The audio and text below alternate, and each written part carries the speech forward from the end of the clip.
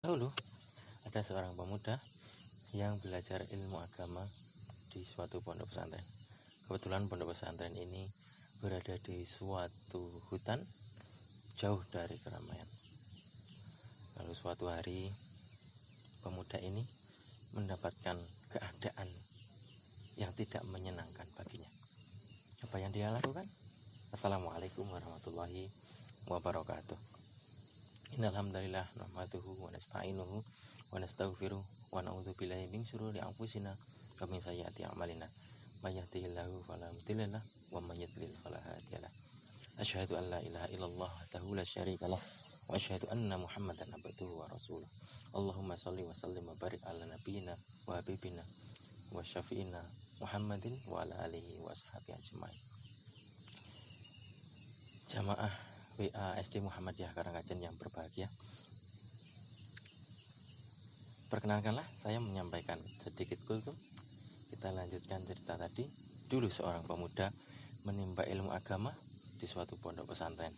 Pondoknya jauh dari keramaian, dan suatu ketika dia mendapatkan keadaan yang tidak menyenangkan baginya.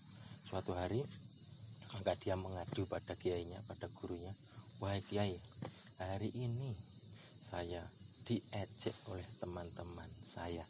Katanya saya itu orangnya bodoh." Maka sang kiai hanya tersenyum lalu berkata pada pemuda itu, "Wahai pemuda, sungguh itu baik untukmu." Lalu pemuda itu terdiam dan kembali seperti aktivitas sedia kala. Berganti hari, dan berganti hari, pemuda ini kembali. Ia dibully oleh teman-temannya. Katanya dia orang miskin, orang bodoh, dan lain sebagainya. Maka dia lagi-lagi mengadu kepada gurunya. Dan gurunya mengatakan hal yang sama pada pemuda tersebut. Apa katanya? "Wahai pemuda, sungguh itu adalah baik untukmu."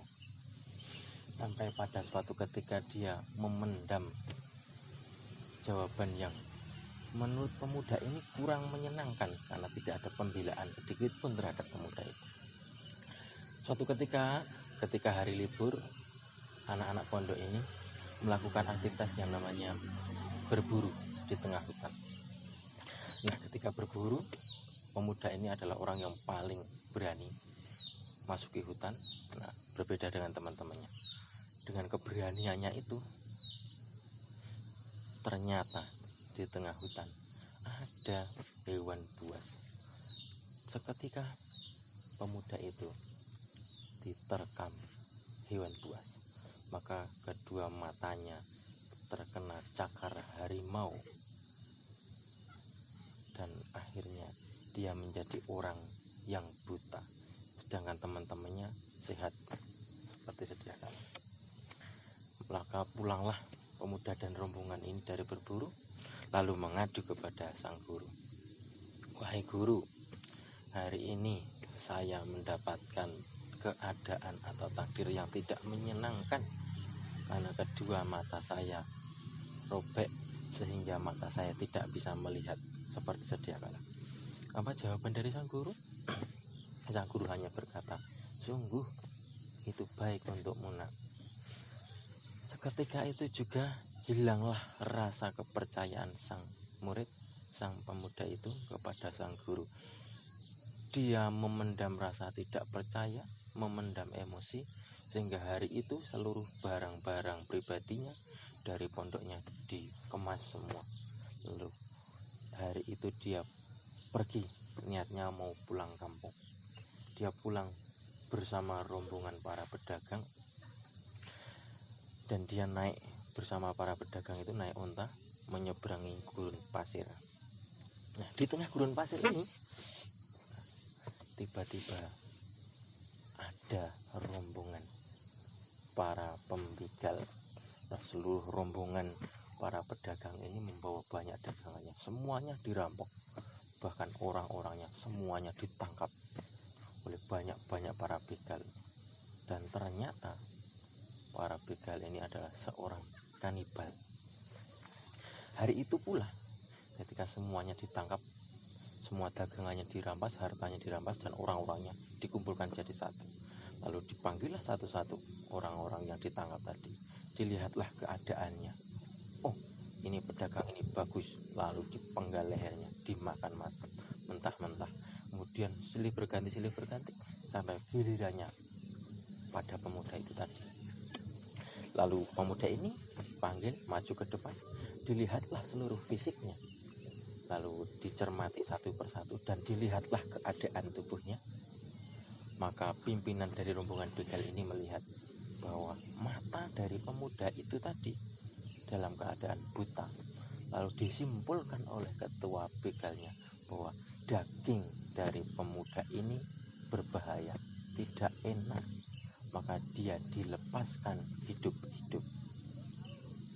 Apa hikmah yang bisa diambil? Cerita ini belum selesai. Jamaah WA SD Muhammadiyah Karangajeng yang berbahagia.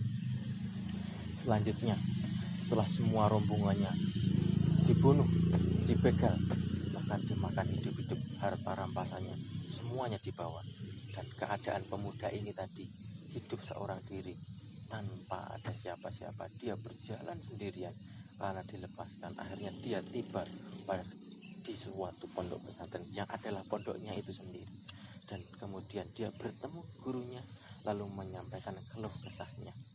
Wahai guruku, hari ini tadi aku dibegal dan sebagainya. Maka apa jawaban dan tanggapan dari sang guru? Dia hanya tersenyum. Lalu sang pemuda justru mengatakan apa yang dulu dikatakan oleh sang kiai.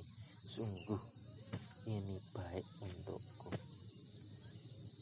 Jemaah WA yang berbahagia, ketahuilah bahwa segala hal, segala keadaan, segala takdir yang kita alami hari ini sungguhnya adalah hal yang paling baik yang kita alami. Sebagaimana pesan dari Sayyidina Ali bahwa andai seluruh manusia itu bisa melihat tabir takdir keadaannya masing-masing, maka apa yang terjadi hari ini adalah yang terbaik untuk kita. Maka bersyukurlah atas semua keadaan itu. Hari ini kita gagal dalam pekerjaan, syukuri, itu adalah yang terbaik. Hari ini gaji kita tidak besar, disyukuri, semuanya berkah. Hari ini kita gagal dalam pekerjaan, hari ini kita gagal dalam PNS, hari ini kita gagal dalam urusan asmara, dan lain sebagainya. Semuanya itu dimaksudkan bahwa apa? Keadaan itulah keadaan terbaik kita, karena keadaan itulah yang paling mendekatkan kita kepada Allah Subhanahu wa Ta'ala. Akhirnya kesimpulannya adalah, mari kita bukan hanya sekedar mencari ridha Allah, namun tugas mendasar kita adalah meridhoi takdir Allah. Bagaimana caranya? Sampai ketemu di kultum selanjutnya. Billahi taufiq wal hidayah. Wallahul muwaffiq. Wallahu a'lam bishawab. Assalamualaikum warahmatullahi wabarakatuh.